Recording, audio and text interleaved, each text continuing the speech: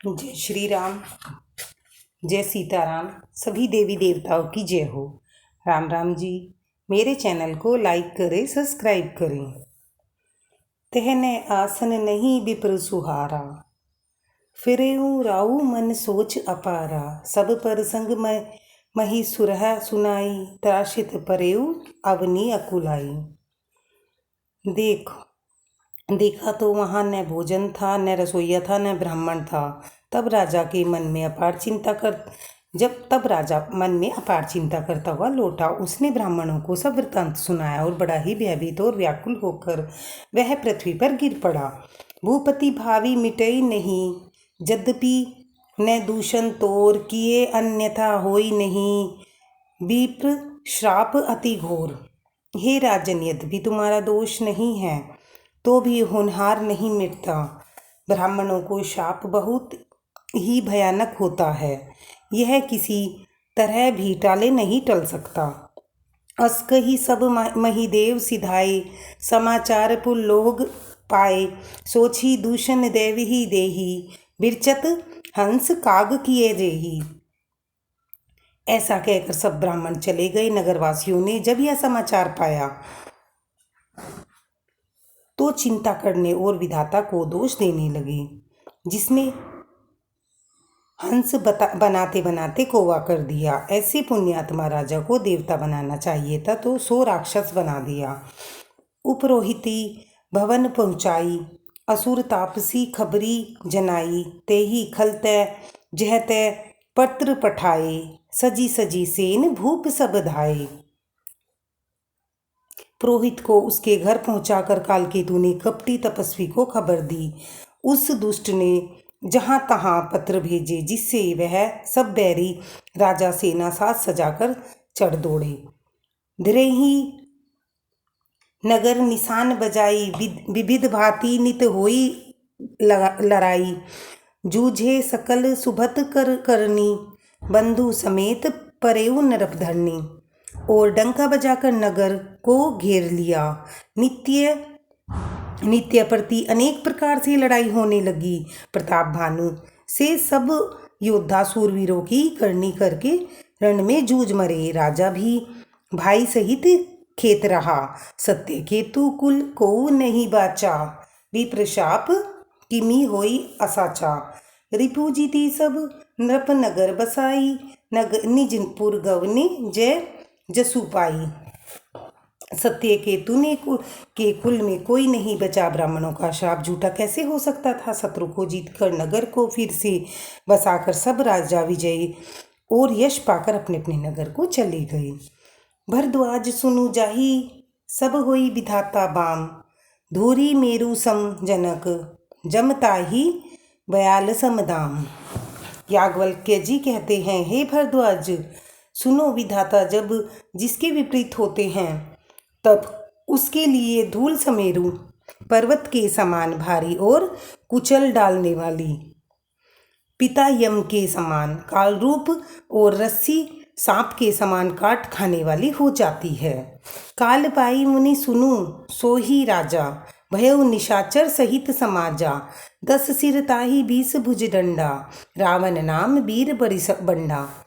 हे मुनि सुनो, समय पाकर वही राजा परिवार सहित रावण नामक राक्षस हुआ। उसके 10 सिर और 20 भुजाएं थी। वह बड़ा ही प्रचंड और शूरवीर था। भूप अनुज अरिमर्दन नामा, भयउ सो कुंभकर्ण बलधामा। सचिव जो रहा धर्म रुचि जाशु, भयउ विमात्र बंधु लघुताशु।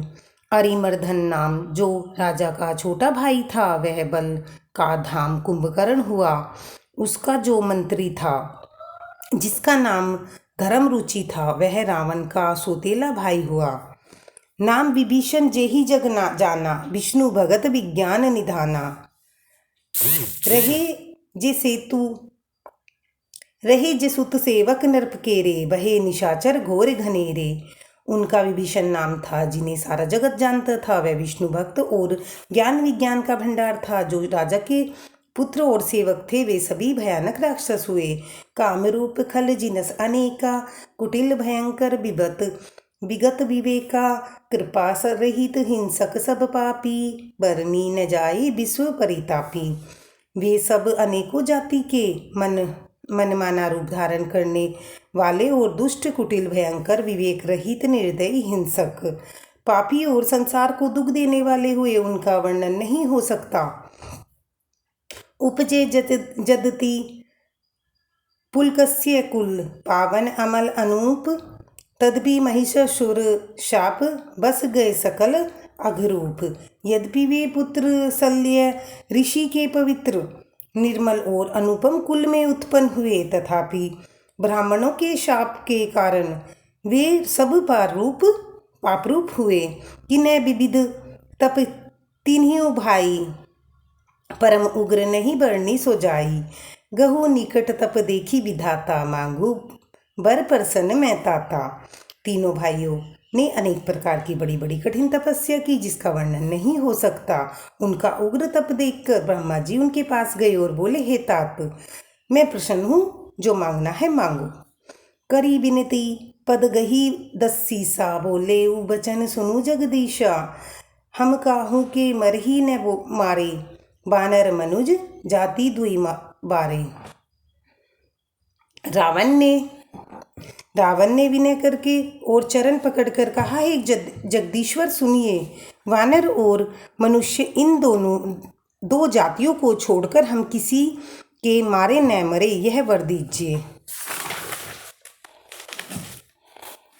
एवमस्तु तुम बड़ तप कीन्हा, मैं ब्रह्मा मिली ते ही बर दीना। पुनि प्रभु कुंभकर्ण पही गहु, ते ही बिलो की मन विस्मय बहु। शिव जी कहते हैं कि मैंने और ब्रह्मा ने मिलकर उसे वर दिया था कि ऐसा ही हो। तुमने बड़ा तप किया और ब्रह्मा जी कुंभकर्ण के पास गए। उसे देखकर उनके मन में बड़ा आश्चर्य हुआ। जो एही खल नित करब अहाउ, होई सब उजरी संसारू। सारद पेरी ताशुमति फेरी, मांगे सी नींद मास सट केरी। जो यह दुष्ट नित्य आहार करेगा तो सारा संसार उजड़ जाएगा। ऐसा विचार कर ब्रह्मा जी ने सरस्वती को प्रेरणा और उसकी बुद्धि फेर दी, जिससे वह 6 महीने की नींद मांगी। गए विभीषण पास पुनि, कहु पुत्र बर मांगू। ते ही मांगो भगवत पद, कमल अमल अनुरागू। फिर ब्रह्मा जी विभीषण के पास गए और बोले, हे पुत्र वर मांगो। उसने भगवान के चरण कमलों में निर्मल, निष्काम और अनन्य प्रेम मांगा। तिन्हि देहि बर ब्रह्मा सिधाए, हर्षित ते अपने गृह आए। मैं तनुजा मंदोदरी नामा, परम सुंदरी नारी ललामा। उनको वर देकर ब्रह्मा जी चले गए और तीनों भाई हर्षित होकर अपने घर लौट आए। मैं दानव की मंदोदरी नाम की कन्या परम सुंदरी और स्त्रियों में शिरोमणि थी। सोई मिय दिन दी रावण ही आनी, होई जातु धानपति जानी। हर्षि भरऊ नारी भली पाई, पुनि दहु बंधु बिसाई जय जाई। मैंने उसे लाकर रावण को दिया।